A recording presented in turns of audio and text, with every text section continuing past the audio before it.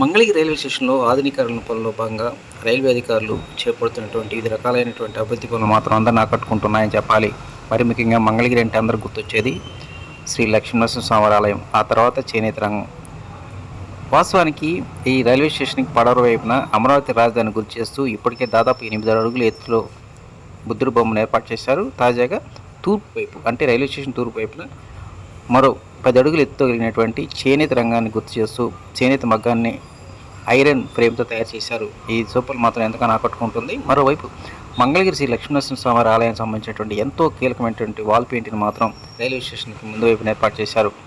ఈ 3 రకాలకు సంబంధించినటువంటి ఈ ఆకృతులు మాత్రం అటు రైల్వే ప్రయాణికులు కావచ్చు, అదేవిధంగా అటువైపు వెళ్ళేటువంటి మాత్రం అందరిని ఆకట్టుకునే విధంగా ఉన్నాయి.